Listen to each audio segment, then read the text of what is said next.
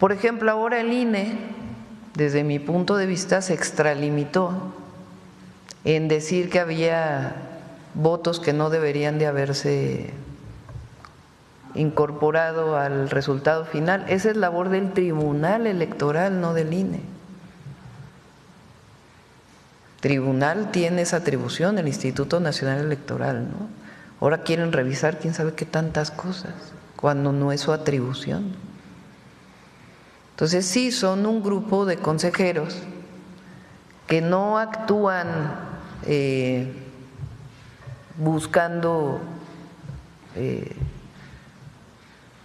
que se cumpla la voluntad del pueblo, que finalmente eso es la democracia, sino que tienen una posición política que se traduce en todo lo que esté en contra de el gobierno de la Cuarta Transformación. Hay que votar en contra, independientemente de cuál sea o qué se presente.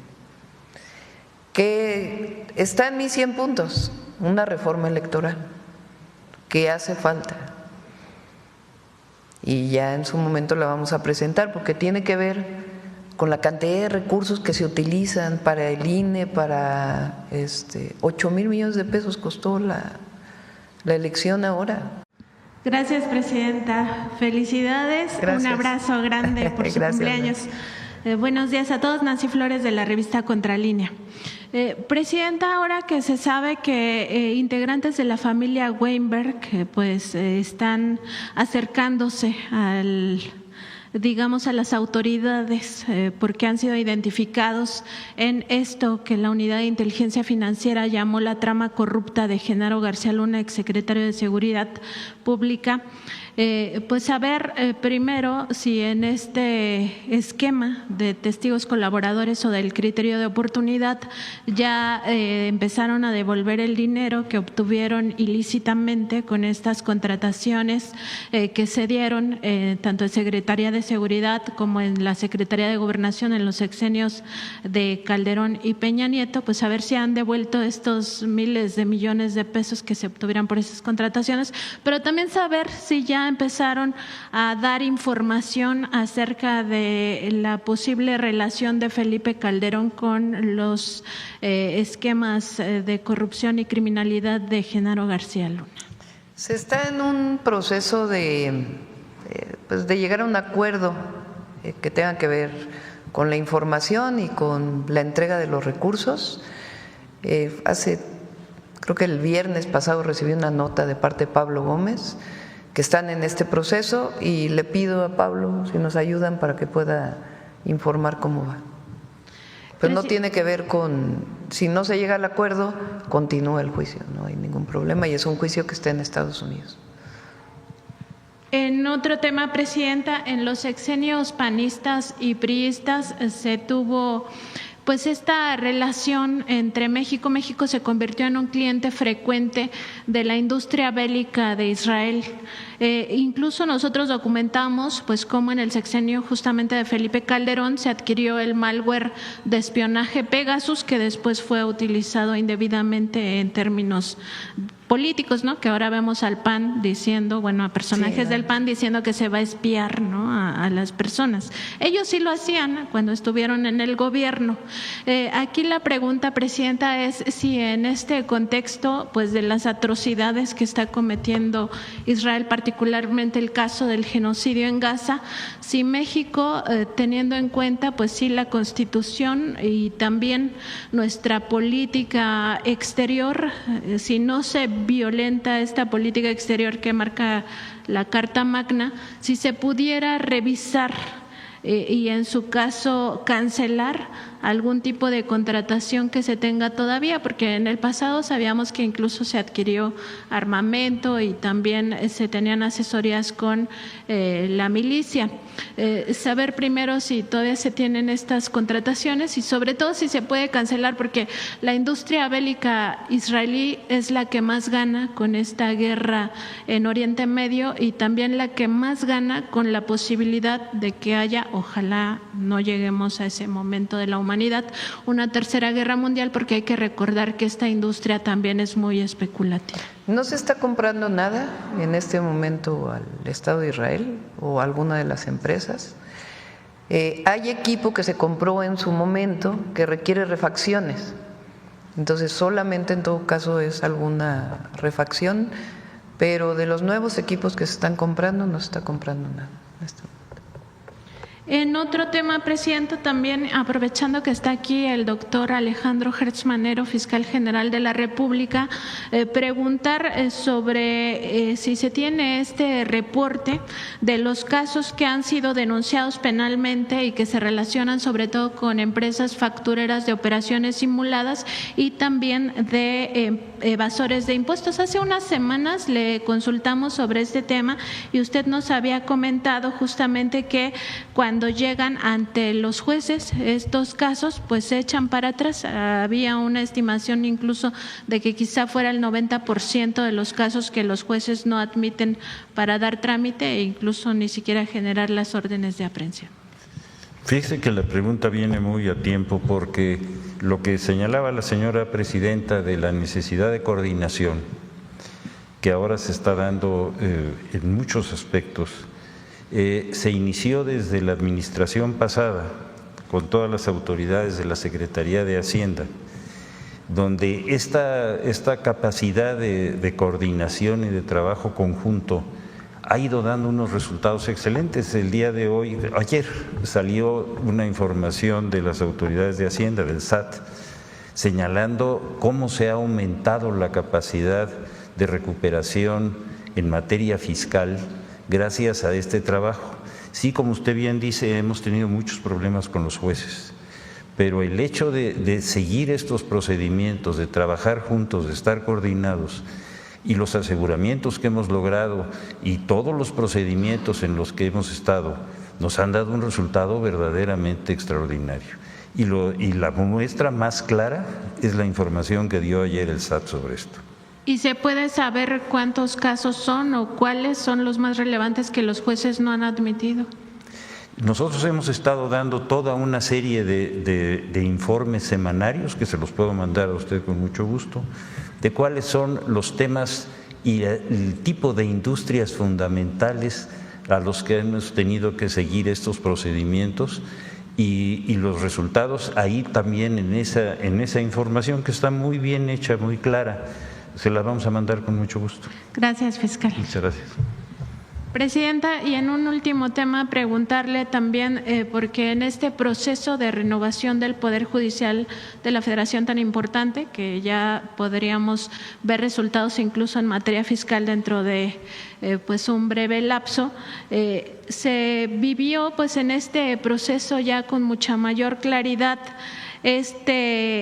digamos que este esquema o estas áreas importantes dentro del Instituto Nacional Electoral que siguen capturadas por un grupo conservador. Incluso pues llamó la atención la declaración de la consejera presidenta Guadalupe Tadei el día que ya se sancionó esta elección como válida, la validez de la elección judicial.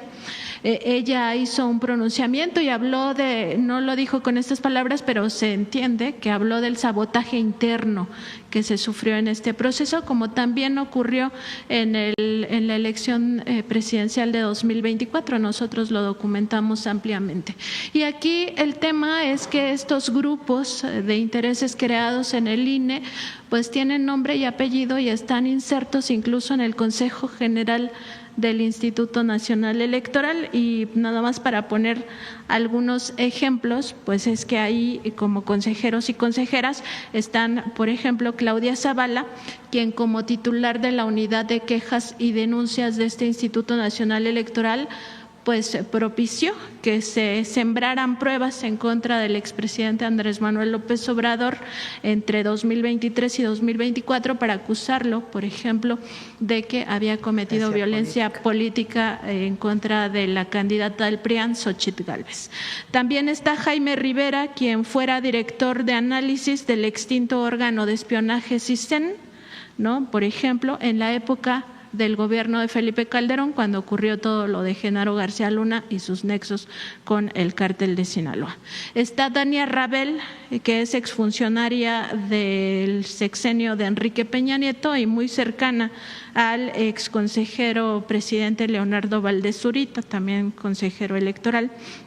Arturo Castillo, quien trabajó pues en el INE y en el Tribunal Electoral del Poder Judicial de la Federación en diferentes momentos cuando ocurrieron los fraudes electorales de 2006 y 2012.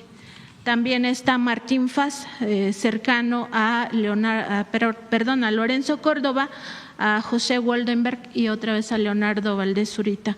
Recordar que estos personajes, expresidentes del INE y del IFE, pues participaron en las marchas, estas mareas rosas, ¿no?, que después impulsaron la candidatura de Xóchitl Gálvez y que fueron muy cercanos al empresario Claudio X González Guajardo. Preguntarle, Presidenta, si se tiene en este contexto contemplada alguna reforma al Instituto Nacional Electoral para que en un futuro pues ya no esté capturada por estos intereses, que no vaya en contra de la democracia de México, pero sobre todo para que sea garantía de que el pueblo es el soberano y el pueblo es el que manda y manda en las urnas. Qué bueno que lo mencionas porque mucha hipocresía. Ayer que pasábamos la cápsula de Carlos Monsiváis, de él es la frase de que la doctrina de la derecha es la hipocresía.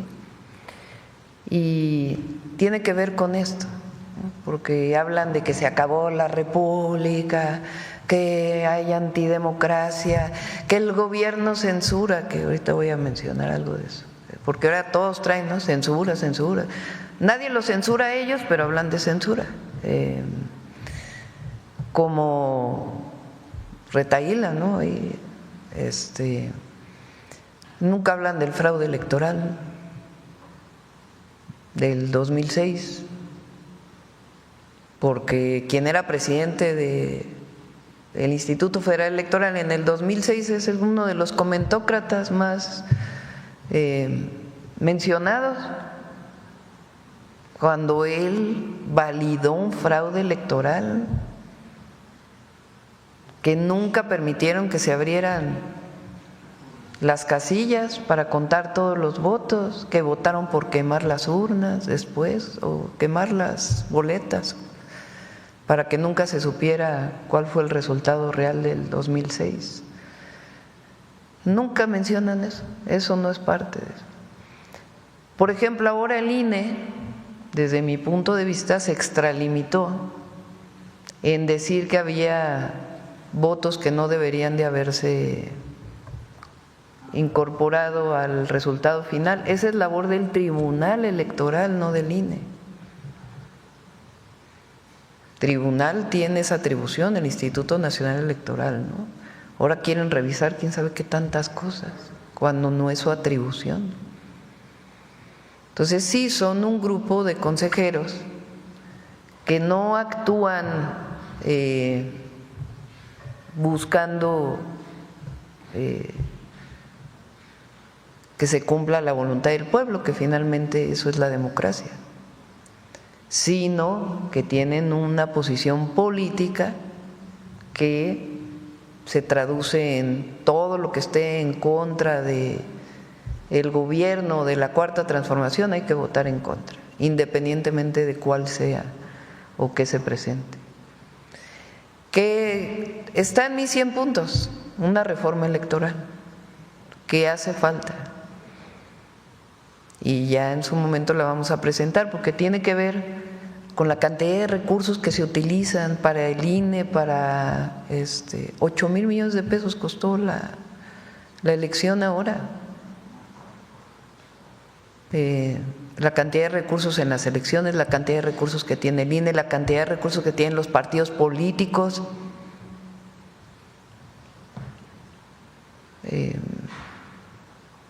y otras formas también, los plurinominales también, para que darles una nueva tarea a los comentócratas para que empiecen a hablar de eso.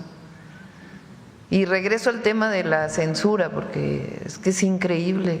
O sea, ¿En qué país del mundo una televisora, que es una concesión del Estado, habla mañana, tarde, noche en contra de la presidenta con un montón de mentiras? ¿En qué momento cualquiera de los que escribe ha sido censurado? Fíjense, me puse a investigar porque lo traen por el tema de Puebla, ¿no?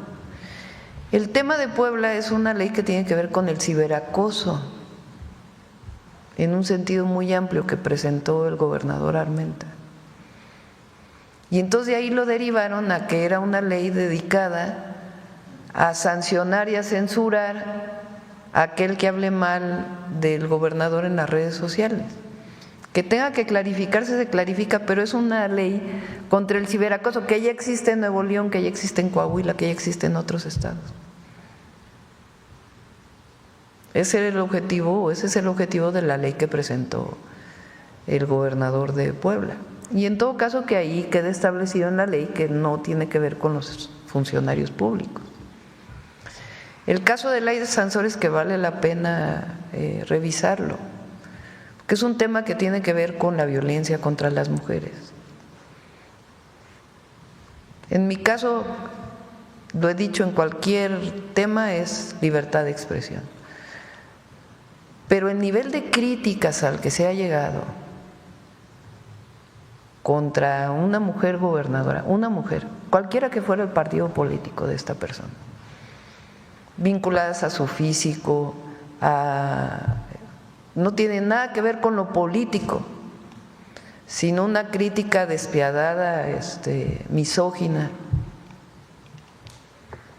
Entonces ahora que estuve con Laida, ella dice, bueno, es que en algún momento tiene que resolverse este problema de violencia de género tan fuerte contra las mujeres, por un problema que no tiene nada que ver con la forma en que gobiernas o lo que hiciste o lo que no hiciste, sino con el físico de la persona. O con palabras que denigran de una manera terrible a una mujer.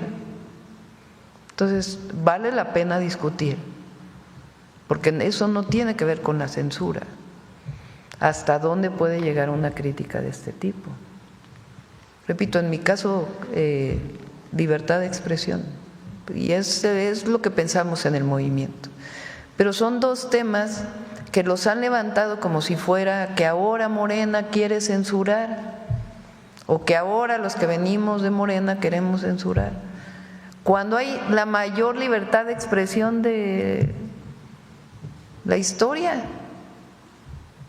No se censura a nadie, no se le habla por teléfono a nadie para decirle, oye, quita este reportero, quita esta persona, como era antes, porque me está criticando, me está molestando. Entonces, repito, el tema de la Guardia Nacional, que es pura ignorancia y que lo traen hoy no sé cuántos columnistas, y el tema de la censura, que también vale la pena ver de dónde salió, siempre defendiendo la libertad de expresión. Y regresando al tema del INE, pues es lo mismo, tiene que ver con una actitud de golpeteo y no con la función de un consejero electoral, que tiene que ver realmente con que haya elecciones claras y las funciones que tienen. Entonces, vendrá en su momento. Yo estoy explicando de dónde salió esta supuesta crítica, pero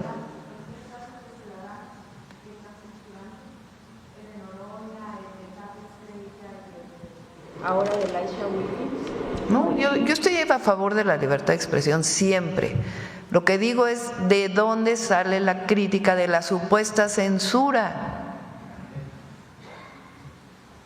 Una crítica o sea, hablan, escriben lo que quieren, no tienen problema, nadie los cuestiona y hablan de censura. ¿De dónde surgió la crítica? De dos leyes. Una ley que era de ciberacoso, que no tenía que ver con la crítica al gobernador y que en todo caso se legisle, que no tiene que ver con las críticas al gobernador, pero que es indispensable todo el problema del ciberacoso, discutirlo, particularmente contra las mujeres, de ahí viene la ley Olimpia, por ejemplo, y el tema del nivel de crítica a una mujer por ser mujer, por cómo te vistes, por cómo hablas, por cómo te pintas. Es importante discutirlo, muy importante en nuestro país. Presidenta, y nada más recordar pues que todas las personas debemos de saber que los derechos y las libertades no son absolutas, ¿no? Y que cuando chocan con otros derechos de otras personas y con otras libertades, pues ahí entra el conflicto y se tiene que resolver para la convivencia sana de las sociedades. Y en ese sentido, recordar que las corporaciones mediáticas no tienen derecho, ni los periodistas, ni los reporteros, ni los youtubers, a mentir. No tenemos el derecho a mentir, eso es una violación al derecho humano a la información y al derecho humano a la verdad que tiene el pueblo de México. Muchas gracias, Presidenta. Muy bien.